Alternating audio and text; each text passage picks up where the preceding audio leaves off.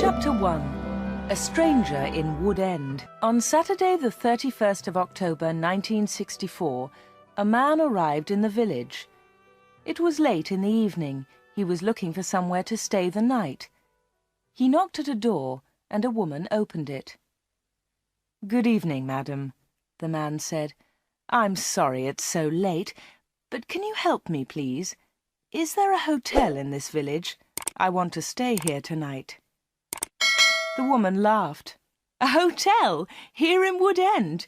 No, sir, I'm afraid there isn't." "What a pity," said the man. "I'm a stranger here, and I want to see your village tomorrow." The stranger was very polite. He was tall and had dark hair, and he had strange green eyes. "Perhaps Mrs. Harrison can help you," the woman said. "She has a room. Perhaps you can stay with her. Wait a minute, I'll get my coat and I'll take you there." The woman took the stranger to Mrs. Harrison's house. Mrs. Harrison gave him a room for the night. He was very glad. It was the last night of October, and it was cold. The next day was Sunday. The man looked round the village. He was very interested in the history of the village. He met some of the villagers and asked them their names. But he did not visit the church. That was unusual. The church in Wood End was the most beautiful building in the village. But the stranger was not interested in it. He did not go to church that night with all the villagers. It was the first Sunday evening of November. When the villagers came out of the church, the man had gone. They had all liked him. The ladies had thought he was very good-looking. A few weeks later he came back. It was the first Sunday in December. The villagers were coming out of church. It was cold and dark. "Hello," he said. "I'm back again. It's nice to see you all once more." His next words surprised everyone.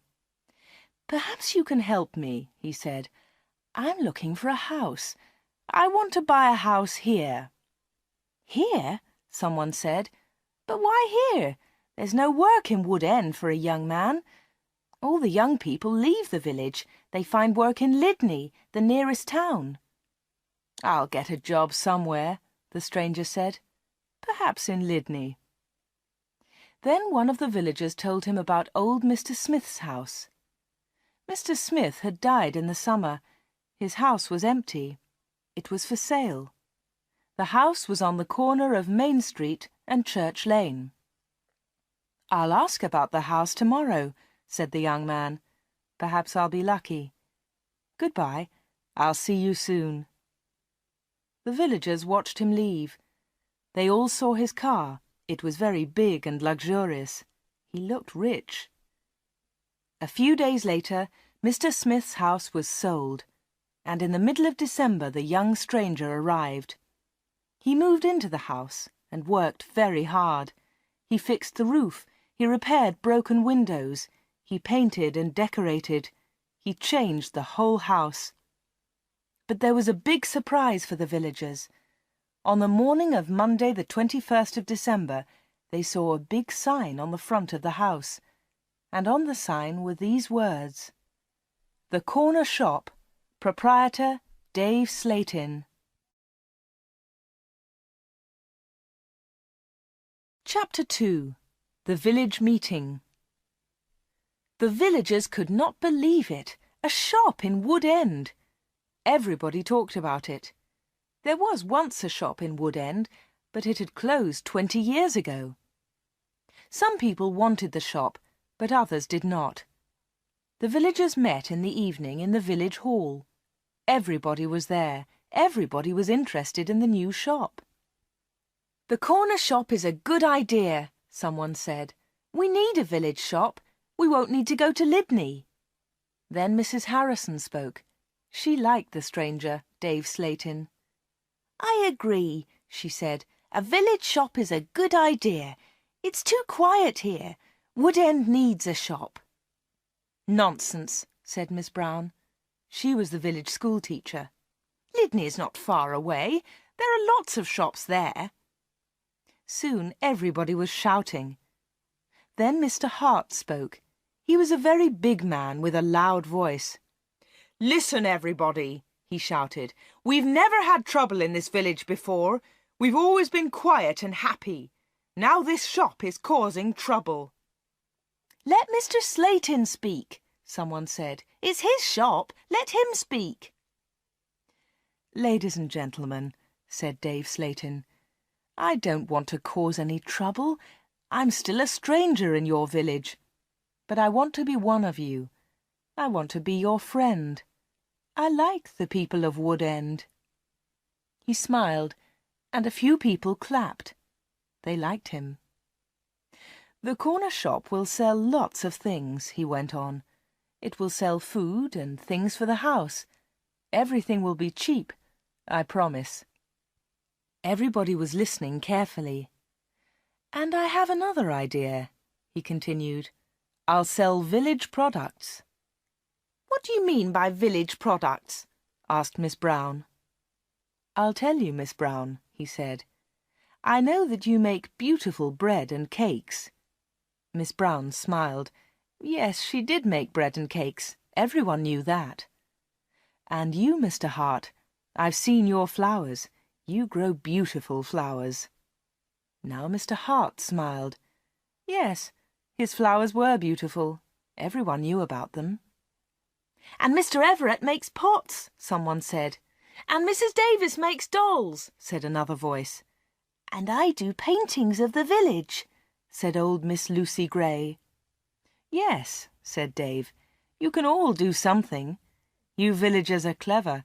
You make lots of things. We can sell them to the tourists. In the summer, Wood End can make a lot of money." "But what about the money?" said Mr. Hart. "How will you pay us?" "That's a good question," said Dave. "And here's the answer. You'll bring your things to me, and I'll sell them for you. I'll keep some of the profit. You'll have the rest."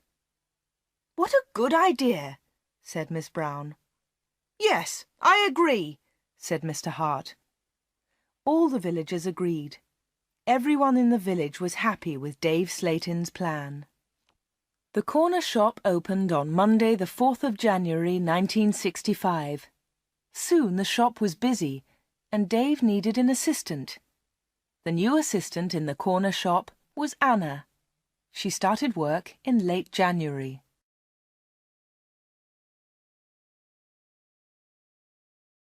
Chapter 3. The Corner Shop. Dave Slayton kept his promises. Things at the shop were good and cheap. "How does he do it?" asked Mrs. Harrison. "It's winter, but he's selling lots of fruit and vegetables, and they're cheap. I never go to Lydney now." The other villagers agreed. The corner shop was a success, and Dave seemed happy. He paid Anna good wages.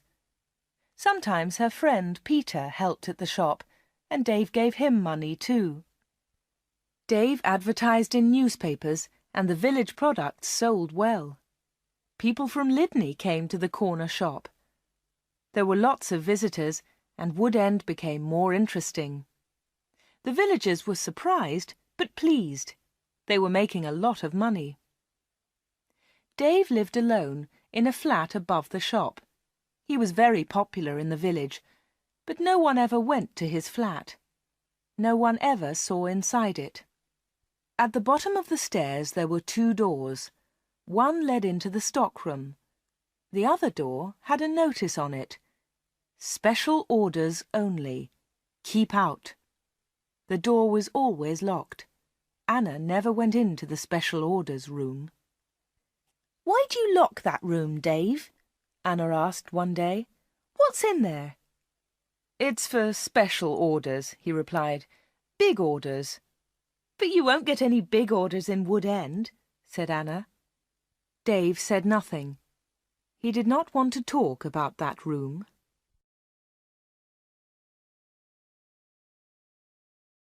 Chapter 4. A Beautiful Customer. For 3 months, everything was normal. Then, one day in April, an unusual customer came into the shop. The new customer was a very beautiful woman. She was wearing expensive clothes and arrived in a large car.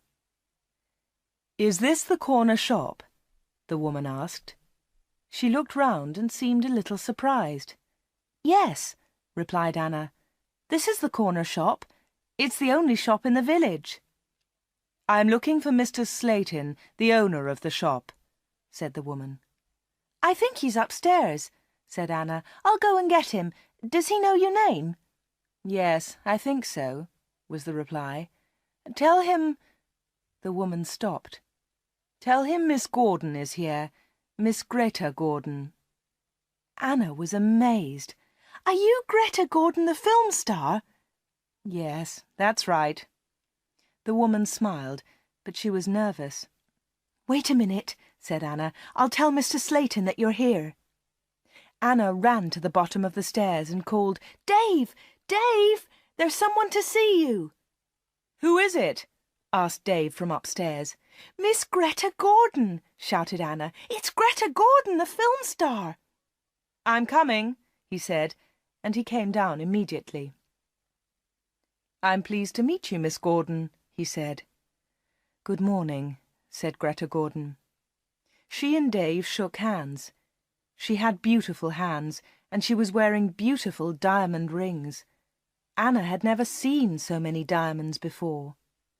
Miss Gordon looked round. "Is this where you work, Mr. Slayton?" she asked. Once again she seemed nervous. "Yes," said Dave. "It's a small place, but it's big enough for me. Please follow me, Miss Gordon." Anna was surprised. Dave and Greta Gordon did not know each other. He did not call her Greta, and she did not call him Dave. He seemed to be in a hurry, and she seemed to be frightened. Anna watched them. Dave and Greta Gordon went to the back of the shop and into the special orders room. Greta Gordon was a special order customer. Anna thought that was very strange. She wanted to tell someone about Greta Gordon. Anna loved films. She wanted to tell Peter about the film star, but she had to stay in the shop. 10 minutes later, Greta Gordon came out of the special orders room. Dave went straight upstairs, and Greta Gordon came to the front of the shop. The film star looked terrible. She was pale. She was crying. Her eyes were red with tears. "What's wrong?" asked Anna. "Can I help you, Miss Gordon?" "No, thanks. I'm all right," said Greta Gordon. "Do you want to sit down?" said Anna.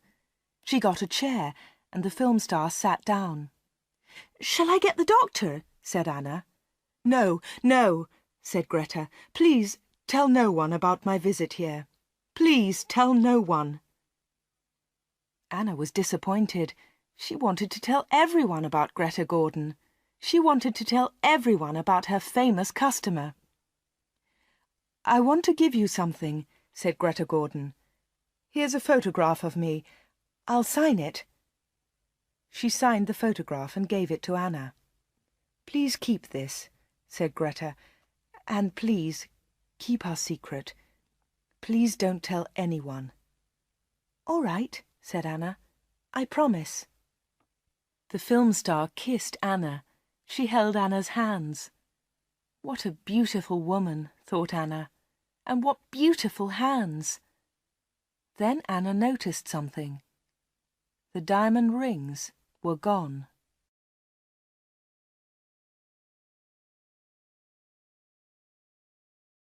Chapter 5. A Page in Film News.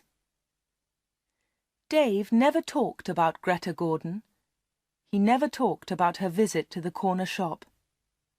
One day, Anna asked him about the film star. "How do you know Greta Gordon?" said Anna. "Is she a friend of yours?" "I don't want to talk about her," Dave replied. "She was a special order customer. Don't ask any more questions about her, Anna." So Anna did not ask any more questions. She did not ask about Greta Gordon's special order, and she did not ask about the rings. Anna kept her promise. She never told anyone about the film star. Soon it was spring. Anna and Dave were busy. Mr. Hart brought lots of flowers to the corner shop, and Anna sold them to the tourists. There were lots of tourists that year. In May, Peter asked Anna to marry him. She said yes. They became engaged. They planned to get married in the following year. Now they needed money, so they worked hard and they saved. They were very much in love. On Saturdays, Peter played football or cricket, and Anna often went to the cinema in Lydney. He enjoyed sports, and she loved watching films. One day, Anna was reading Film News. This was a magazine about film stars. She turned the pages. There was a picture of Greta Gordon. Anna was pleased. What a surprise! Beautiful Woman was going to be a big film. And now Greta Gordon had the star part. Anna wanted to tell Peter about Greta, but she kept her promise. She did not tell anyone. But she did show Film News to Dave Slayton. "Look, Dave," she said, "here's a story about Greta Gordon. Isn't it great? She's got the big part in Beautiful Woman." Dave looked at the magazine. "Greta Gordon will star in Beautiful Woman." The star of Beautiful Woman was Joanna Lee, but Miss Lee has broken her arm. "I don't know what happened," said Miss Lee. "I was in my bedroom. I slipped and fell." Greta Gordon will now be the star of Beautiful Woman. "I'm so lucky," Greta told us yesterday. "I've always wanted the part. I can't believe it." "I don't know anything about films," he said. "Is Greta Gordon a big star?" Anna laughed. "Big star? Yes, she is. She's terrific." Dave didn't seem interested. "I hope she's happy with her big part," was all he said.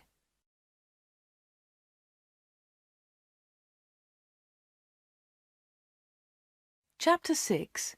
A Quick Kiss.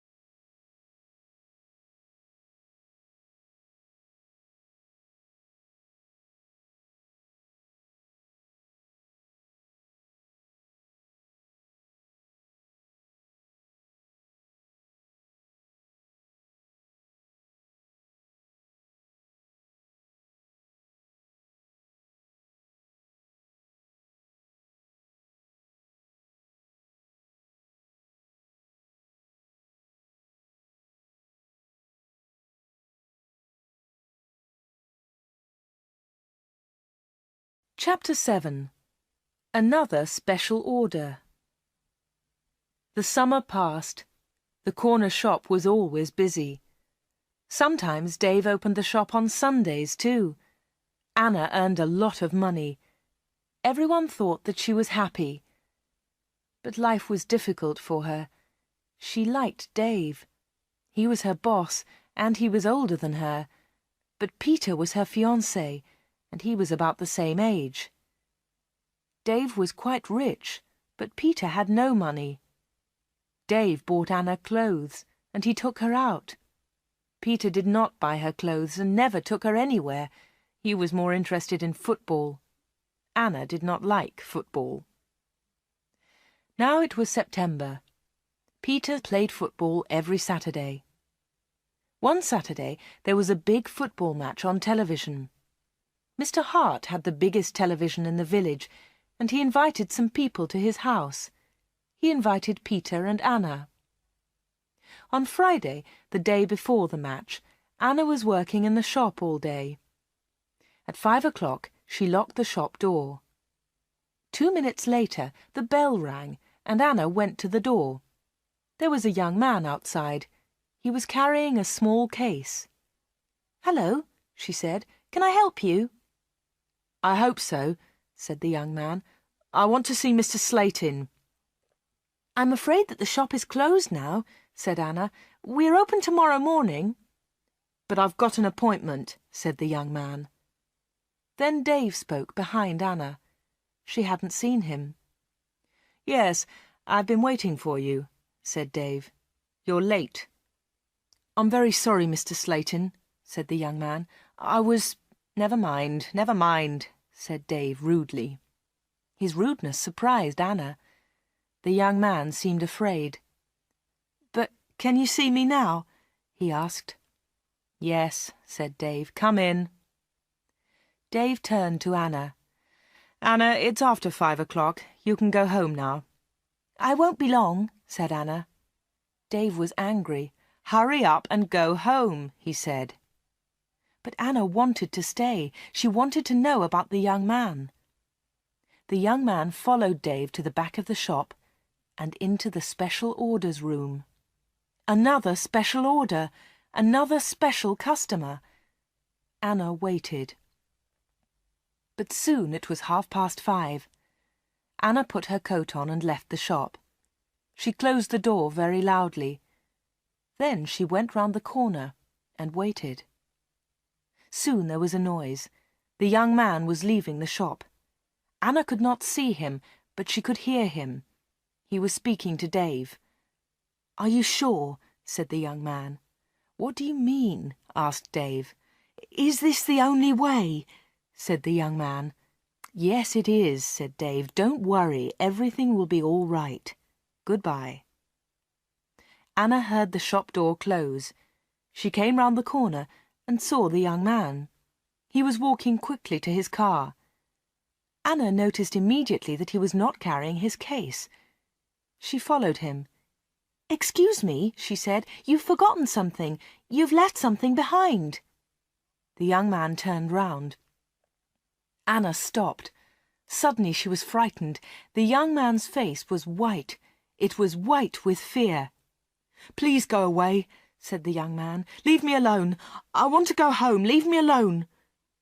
He got into his car and drove off. Anna stood in the street and watched him. She was thinking. Why had the young man come to the corner shop? What was his special order? And why had he left his small case with Dave Slayton? Chapter 8. The Football Match. The next day was the day of the big football match. Mr. Hart had invited about 10 people. Anna did not watch the game. She was helping Mrs. Hart in the kitchen. They were making tea. It was a good game, and everyone was enjoying it. At half-time, Peter went into the kitchen. "Why don't you come and watch the match, Anna?" he said. "It's really good. Come on." Anna laughed. "No, thanks," she said. "I'm helping Mrs. Hart. Look, here's the tea. Can you take it in to the others?" "OK," said Peter. "It's a terrific match. Mike Bailey scored a great goal." Peter took the tea into the sitting room, and the second half of the match started. The second half was very exciting. Mike Bailey scored another goal after 20 minutes. The score was 2-0. Then the other side scored 2 quick goals. It was 2-2. There were only 5 minutes of the match left. "Come on!" shouted Peter. "Come on, Mike, let's have another goal!" In the last seconds of the match, Mike Bailey scored the winner. It was his 3rd goal of the match. But something was wrong. The other team's goalkeeper was injured. Bailey had been very near the goalkeeper, and he had kicked the ball very hard. The ball had hit the goalkeeper's neck. Mrs. Hart and Anna came in from the kitchen. "What's happened?" said Anna. "What's wrong?" "It's Brian Thomas, the goalkeeper," said Peter. "He's injured." It was serious. The goalkeeper had broken his neck. Later they all watched the news on TV. They saw pictures of Mike Bailey's 3rd goal. It was a great goal. They saw the ball hit the goalkeeper. It was an accident. The TV announcer said, "And now over to our sports studio for an interview with Mike Bailey." They all watched the interview. The TV showed a picture of Mike Bailey and the interviewer. "Mike," said the interviewer, 3 goals in 1 match. How do you feel about that?" But Mike Bailey said nothing. He could not speak. He tried to speak, but he could not. It was terrible. The interviewer tried another question. "Let me ask you about the 3rd goal, Mike. It was a great goal, but how do you feel about the injury to Brian Thomas?" It was a silly question. The injured goalkeeper would never play football again. Mike Bailey said nothing. He looked very ill. When the interview ended, Mr. Hart turned off the TV. No one noticed that Anna had left the room. Mike Bailey had looked frightened. Anna was frightened too. Mike Bailey and Anna had met before, the day before, at the corner shop.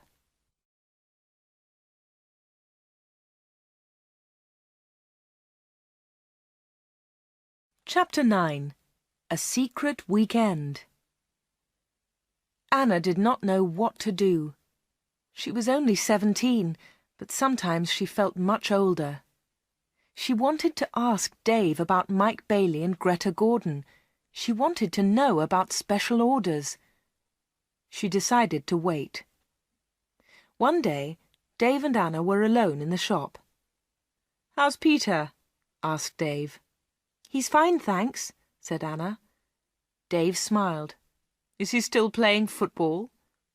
"Of course he is," said Anna. Dave laughed. "You don't see him very much, do you, Anna?" "I see him 3 or 4 times a week," said Anna. "What about weekends?" Dave asked. Anna replied quickly, "I don't see him much at weekends. He plays football then."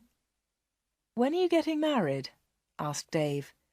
"I don't know," she replied. "We haven't decided yet. Perhaps next year."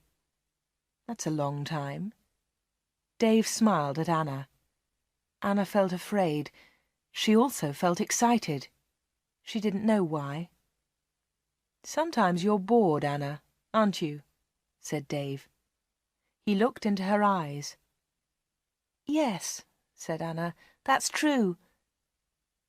"Why don't you come away with me for a weekend?" said Dave. "We can go to London." A weekend in London!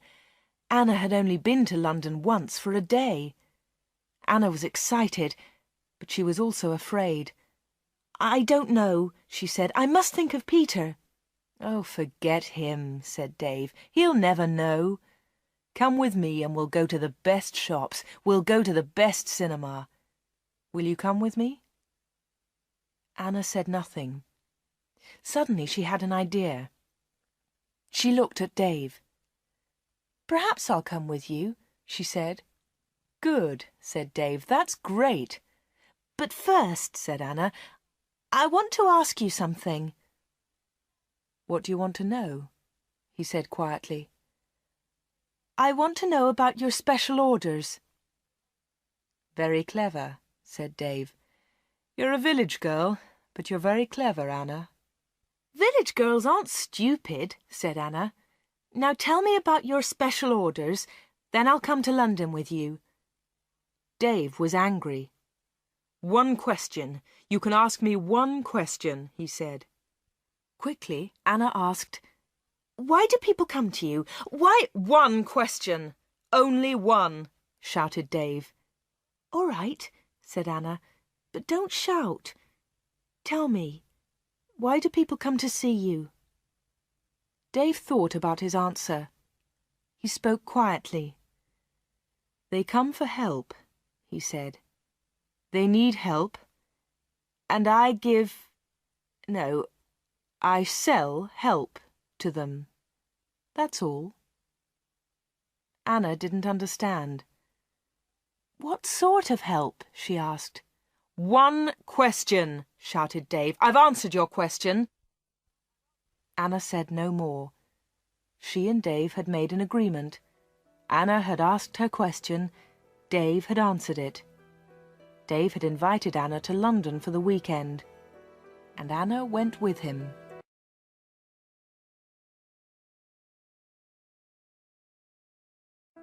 Chapter 10. A Quarrel. Anna enjoyed the weekend.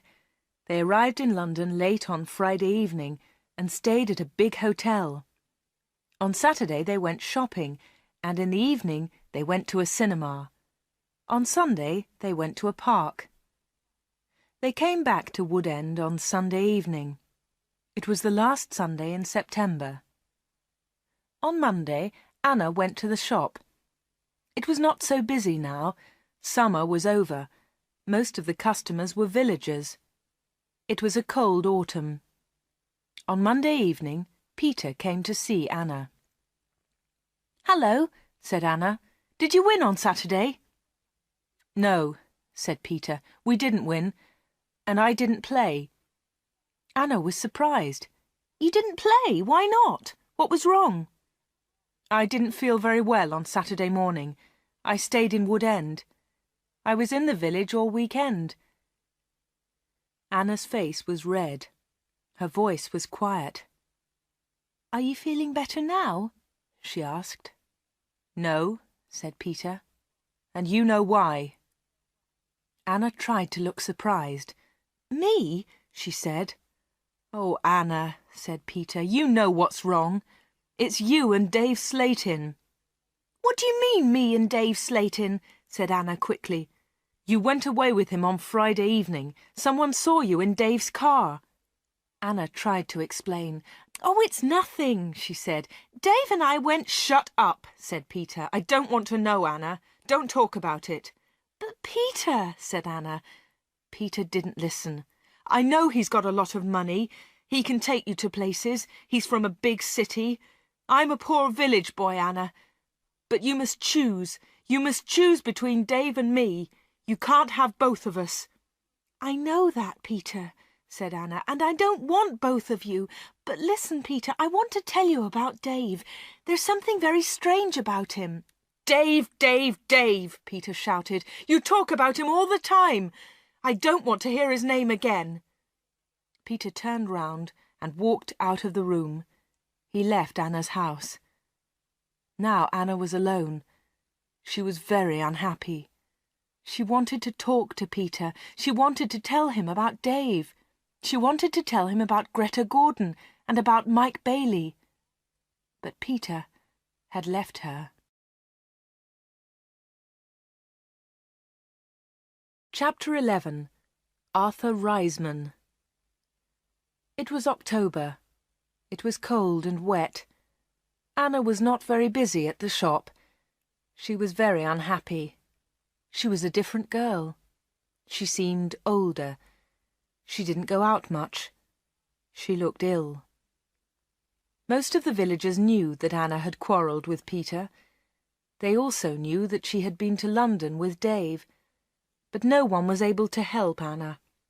She did not talk to anyone. Before, she had been a happy, smiling girl. Now she was sad and lonely. She went to the shop every day. She was waiting for another special customer. Anna did not wait long. It was the middle of the month. Anna was alone in the shop. It was almost lunchtime. A middle-aged gentleman came in. He was a big man with a very large moustache. He was well dressed, and he was carrying a large briefcase. "Good morning, miss," he said politely. "Good morning, sir," said Anna. "Can I help you?" Anna was very polite too. She was interested in this man. "I'm looking for Mr. David Slayton," said the man. Anna smiled. "Are you a salesman?" she asked. She knew that he was not a salesman. He didn't look like a salesman, but she wanted to talk to the man. The man smiled. "Yes, I am a salesman," he said. That was not true. Anna knew that the man was lying. Then she said, "Perhaps I can help you, sir. I usually speak to the salesman." She looked at the man's case. It had the letters A-R-I-C-S printed on it. "Thank you," said the man very politely, "but I have a private appointment. I have come from London, and I must see Mr. Slayton." "I'm sorry," said Anna. "He's very busy at the moment, but I'll tell him you're here. What's your name, please?" The man smiled. "Roberts," he said. "Arthur Roberts." Anna went to the back of the shop. Dave was coming down the stairs. "There's a man in the shop," said Anna. "He wants to speak to you." "Thanks," said Dave, and he went to the front of the shop. "Good morning, Mr. Reisman," said Dave. "I'm pleased to meet you." Anna listened. Reisman! The man's name was Reisman, not Roberts. What a liar! The man did not look at Anna. "I'm pleased to meet you, Mr. Slayton," the man said. "Please come with me," said Dave. Mr. Reisman followed Dave. They went into the special orders room. A minute later, Dave came out. He came to the front of the shop. "It's lunchtime, Anna," he said. "You can go home now." "Thanks, Dave," said Anna. "I'm going in a few moments." Dave went back to the special orders room. Anna did not leave the shop. She waited. Anna wrote down the letters A-R-I-C-S. She understood A-R, Arthur Reisman, but she did not understand I-C-S. At 1:30, Anna heard noises. Mr. Reisman was leaving. Dave was talking. "Thank you, Mr. Reisman," said Dave. "And thank you," said Mr. Reisman. "You have helped me a lot." "Good," said Dave. "Goodbye, Mr. Reisman. My assistant isn't in the shop, but you can open the door. Goodbye." Dave went upstairs, and Mr. Reisman came into the front of the shop. Anna was sitting quietly in a corner. "Oh," said Mr. Reisman, "I thought you had gone home." "No," she said. "I decided to have lunch in the shop today." Anna and Mr. Reisman looked at each other. They didn't like each other. There was silence. Anna spoke first. "Would you like to buy some bread, Mr. Roberts?" she said. "Reisman. My name is Reisman," said the man. Anna smiled. "I'm so sorry," she said. "Would you like to buy some homemade bread, Mr. Reisman?" "It looks delicious," said Mr. Reisman. He was very polite again.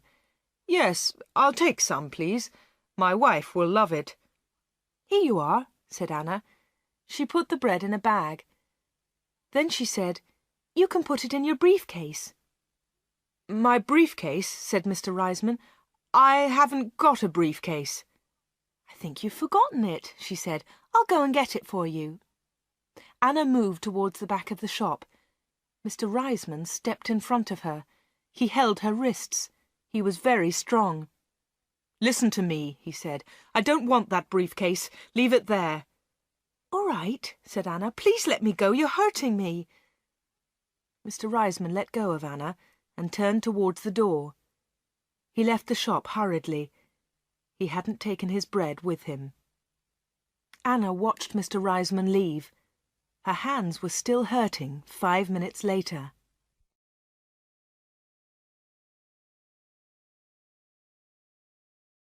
Chapter 12. Anna waits for news. Anna waited for some news about Mr. Reisman. She remembered Greta Gordon. The film star had visited the corner shop. Later there was news about her in a magazine. Mike Bailey had visited the corner shop too. Later there was a lot of news about him on TV. And now Mr. Reisman had visited the corner shop. Anna was waiting for some news about him. All 3 visitors had been special customers. They had all seen Dave. They had all been in the special orders room. And they had all left something with Dave. Greta Gordon had left her diamond rings. Mike Bailey had left his case. Mr. Reisman had left his briefcase. Anna wanted to find out more about the 3 special customers. She thought about Mr. Reisman. His case had the letters A-R-I-C-S on it. She understood A-R, but what was I-C-S? Perhaps Mr. Reisman was a businessman and I-C-S was his company. Anna looked in the newspapers, but she didn't find anything about I-C-S. She read the magazines. She listened to the radio. She watched TV. But there was nothing about I-C-S. Anna heard nothing. She saw nothing. Then she had an idea. She decided to go to London and find Arthur Reisman. It was a Friday. Early in the morning she left a note for Dave. She took the note to the shop. "Dear Dave," it said, "sorry I can't come in today. I'm going to Lydney. I'm buying some things for my wedding. Anna." The note did not tell the truth, but Anna didn't care. Anna took a bus to Lydney and then caught a train to London. She got to Paddington Station at midday. She got off the train and looked for a telephone box. The telephones were near to the entrance to the station, but the boxes were all full. She stood and waited. Then Anna saw the letters I-C-S. There they were. They were on a huge advertisement. Anna had found the answer to her problem. International Computer Services. I-C-S. Perhaps that was Mr. Reisman's company. Soon one of the phone boxes was empty. Anna rang the number, 222-8959. "ICS, can I help you?" said a woman's voice. "Yes, please," said Anna. "I want to speak to Mr. Reisman, Mr. Arthur Reisman. I think he works at ICS." The woman laughed. "Works here? Yes, he does," she said. "He's the vice-chairman of the company. Wait one moment, please. I'll get his secretary." Then there was another woman's voice on the phone. "Mr. Reisman's secretary, can I help you?" "Yes, please," said Anna. "I'd like to speak to Mr. Reisman." "Who's calling, please?" said the secretary. "Mr. Reisman doesn't know my name," Anna replied. "Is Mr. Reisman expecting your call?" the secretary asked. "No, he isn't," said Anna. "I'm afraid he can't speak to you now," said the secretary. "He's at a meeting now, and he's flying to Switzerland in an hour's time." "But I must speak to him for a few minutes," said Anna. The secretary became annoyed. "That's impossible," she said, "but I can take a message." "No, thanks," said Anna. "I'll call again next week. Will Mr. Reisman be back then?" "Yes, he will," replied the secretary. "Goodbye." And she put the phone down. Anna had found Mr. Reisman's company, but she hadn't spoken to him. Anna spent the afternoon in London. She went to see a film, then she had tea in a small cafe near Paddington Station. Her train left London at 6:30. She bought an evening newspaper and got on the train. Anna was tired, but she felt happy. After a few minutes, she looked at her newspaper. Anna was waiting for some news. There it was, on the front page. "Private plane crash near London. 6 dead, all from ICS. 6 people were killed this afternoon in a plane crash at Enfield near London. The plane was flying to Switzerland. The passengers were all from International Computer Services, ICS. Among them was Mr. Alfred Gluck, the chairman of ICS. Mr. Arthur Reisman, vice-chairman of ICS, told us, "I'm lucky to be alive. I was at a meeting today. The meeting went on for a long time, and I didn't catch the plane." Mr. Reisman will probably be the new chairman of ICS.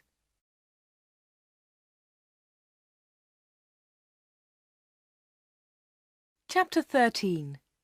The Special Orders Room. Anna got home about 10 o'clock. She turned on the radio and listened to the news. The chairman of ICS was dead, and Mr. Reisman was the new chairman. Anna didn't sleep that night. She was thinking about Dave Slayton and the special orders. What were they? What was Dave Slayton doing in that room? On Saturday morning she went to the shop. Dave said nothing to her. He was angry because Anna had not worked on Friday. He didn't ask about her day off, and Anna didn't tell him about it. At 11 o'clock Dave left the shop. He got in his car and drove off. Anna was alone. This was her chance. She went to the back of the shop and turned the handle of the locked door. But the special orders room was not locked. Dave had forgotten to lock it. Anna opened the door and went into the room. It was a small room, dark and hot. Anna turned on the light, but it was not a very strong light. She looked round the room. There was a small table, 2 old chairs, and a lot of boxes. That was all. Special orders? There were no order books, no papers, no pencils. Anna walked round the table. It was difficult because there were a lot of boxes on the floor. Anna opened one of the boxes and looked inside. She found some old magazines and newspapers. Underneath, there were some dirty old clothes. But underneath the clothes, she discovered some money. Lots of money. British money, French money, American, German. There was money from all over the world. Anna was amazed. She had never seen so much money before. She looked round again and found Mike Bailey's case. It was empty. Then she found Arthur Reisman's briefcase. That was empty too. Then Anna looked into a bigger box. Inside it were some dolls with broken arms and legs. One of the dolls was very beautiful, but it had a broken arm. Anna put it on the table. Then Anna found a book about football. Inside there were some pictures of footballers, but the pictures were all torn. Anna put the book on the table. Anna looked into the box again and found some little cars. Most of them were broken. She found a small model aeroplane. It was broken too. Anna put all these things on the table. What a strange collection. There was the money, the broken doll, the toy cars, the model aeroplane, and there was the football book with the torn pictures. Anna looked at the things on the table. What were they for? Why did Dave Slayton keep them in this locked room? Suddenly Anna jumped. There was a noise behind her. Someone was standing at the door.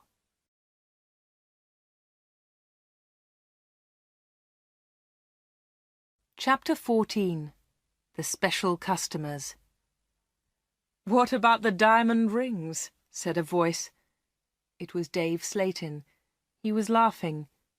"I left the door open for you," he said. "I wanted you to go into this room this morning." Anna was frightened, but she tried not to show her fear. "You haven't found the diamonds," Dave said again. Anna remembered Greta Gordon's diamond rings. Were they in this room too? "Here," said Dave. He came into the room and picked up an old box. He took out the rings and threw them on the table.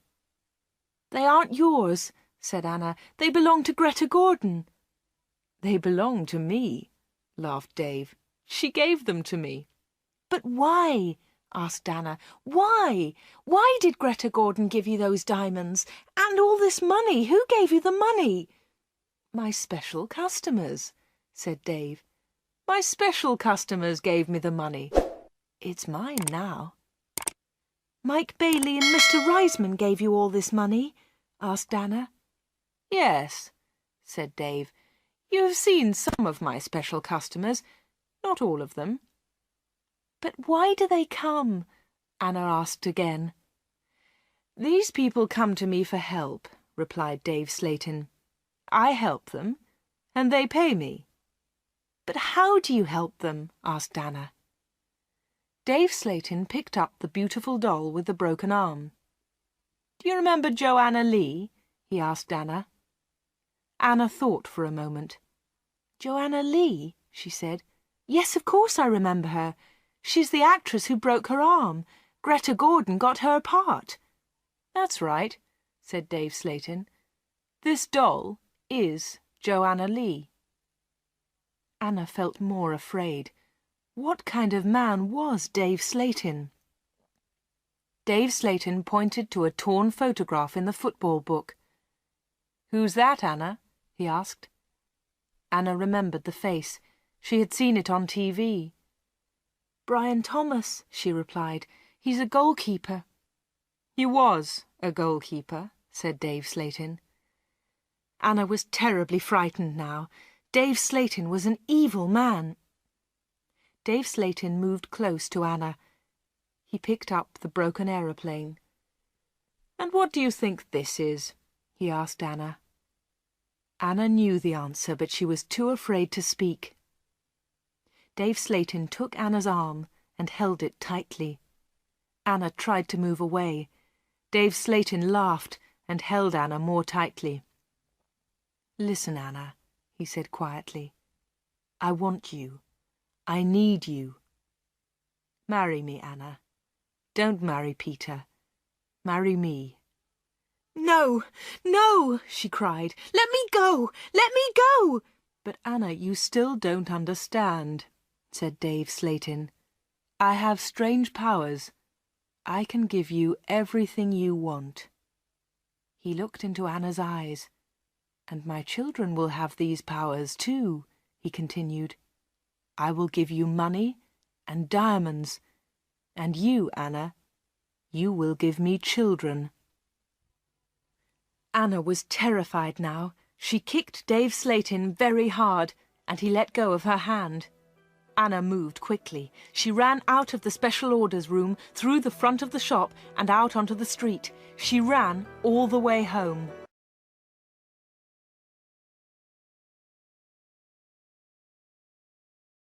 Chapter 15.